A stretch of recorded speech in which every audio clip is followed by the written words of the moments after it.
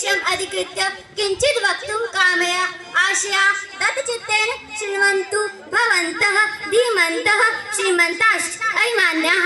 विश्वस्य उपलब्धासु भाषासु संस्कृत भाषा प्राचीनतमा भाषा अस्ति।